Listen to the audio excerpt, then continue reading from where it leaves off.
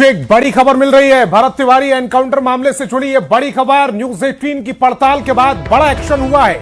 आरा Shahpur SDPO और शाहपुर के तत्कालीन एसएचओ के साथ अन्य पुलिसकर्मियों पर हत्या का मामला दर्ज किया गया। शाहपुर थाने में मां की शिकायत पर 7वें दिन यह मामला, यह एफआईआर दर्ज की गई।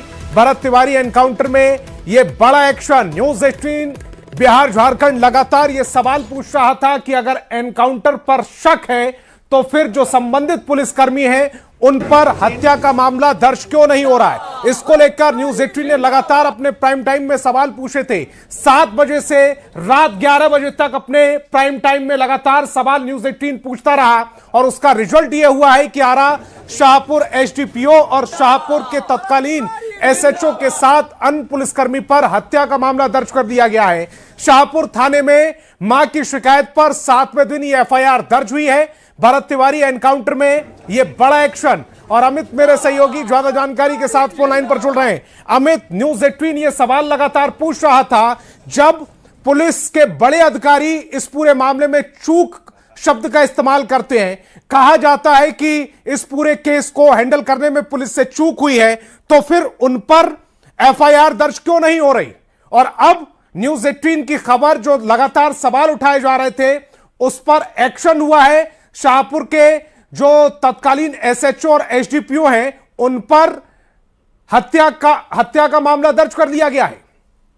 देखिए, ये मुकदमा दर्ज किया गया है और ये पहला जो केस है, पुलिस की तरफ से 2 एफआईआर दर्ज किए गए थे, लेकिन जो मृतक हैं उनकी मां की शिकायत पे ये पहला केस जो है वो शाहपुर थाने में दर्ज किया गया है, जिसमें एसडीपीओ के साथ साथ तत्कालीन एसएचओ और अन्य पुलिसकर्मी के खिलाफ जो है ये एफआईआर लॉन्च की गई है, एफआईआर दर्ज की गई है।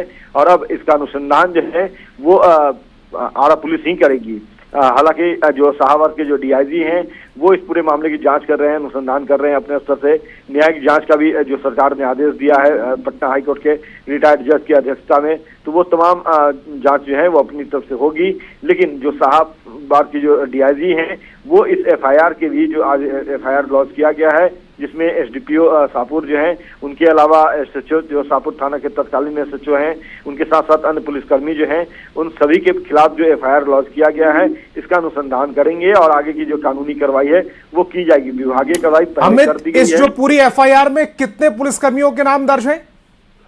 देखिए, फिलहाल जो है वो जो जानकारी मिली है वो यही मिली है आंशिक रूप से कि जो शाहपुर के एसडीपीओ हैं, एसएचओ शाहपुर के तत्कालीन हैं, उनके साथ साथ जो पहले दिन जो शाहपुर के तत्कालीन एसएचओ के साथ पुलिस पार्टी गई थी, जिसमें 3 हवलदार थे, 2 एएसआई थे, उन सभी के खिलाफ जो है ये मुकदमा दर्ज किया गया है।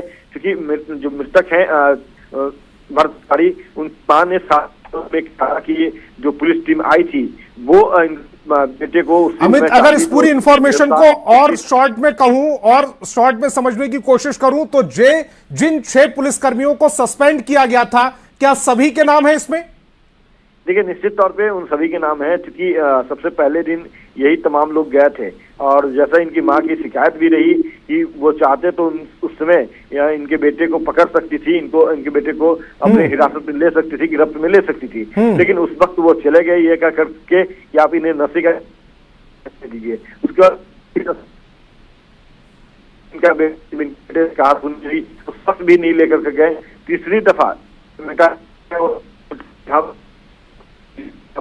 हुई जहाँ पे फर्जी इनकाउंटर में इनके बेटे की हत्या की गई, वहां जब इनका बेटा भरत जो है अपने मोटरसाइकिल से निकला तो पीछे से पुलिस टीम जो है वो दल बल के साथ गई, जिसका नेतृत्व एसडीपीओ जो है वो कर रहे थे। और यही वजह रही कि एसडीपीओ शाहपुर के साथ साथ तत्कालीन एसएचओ जो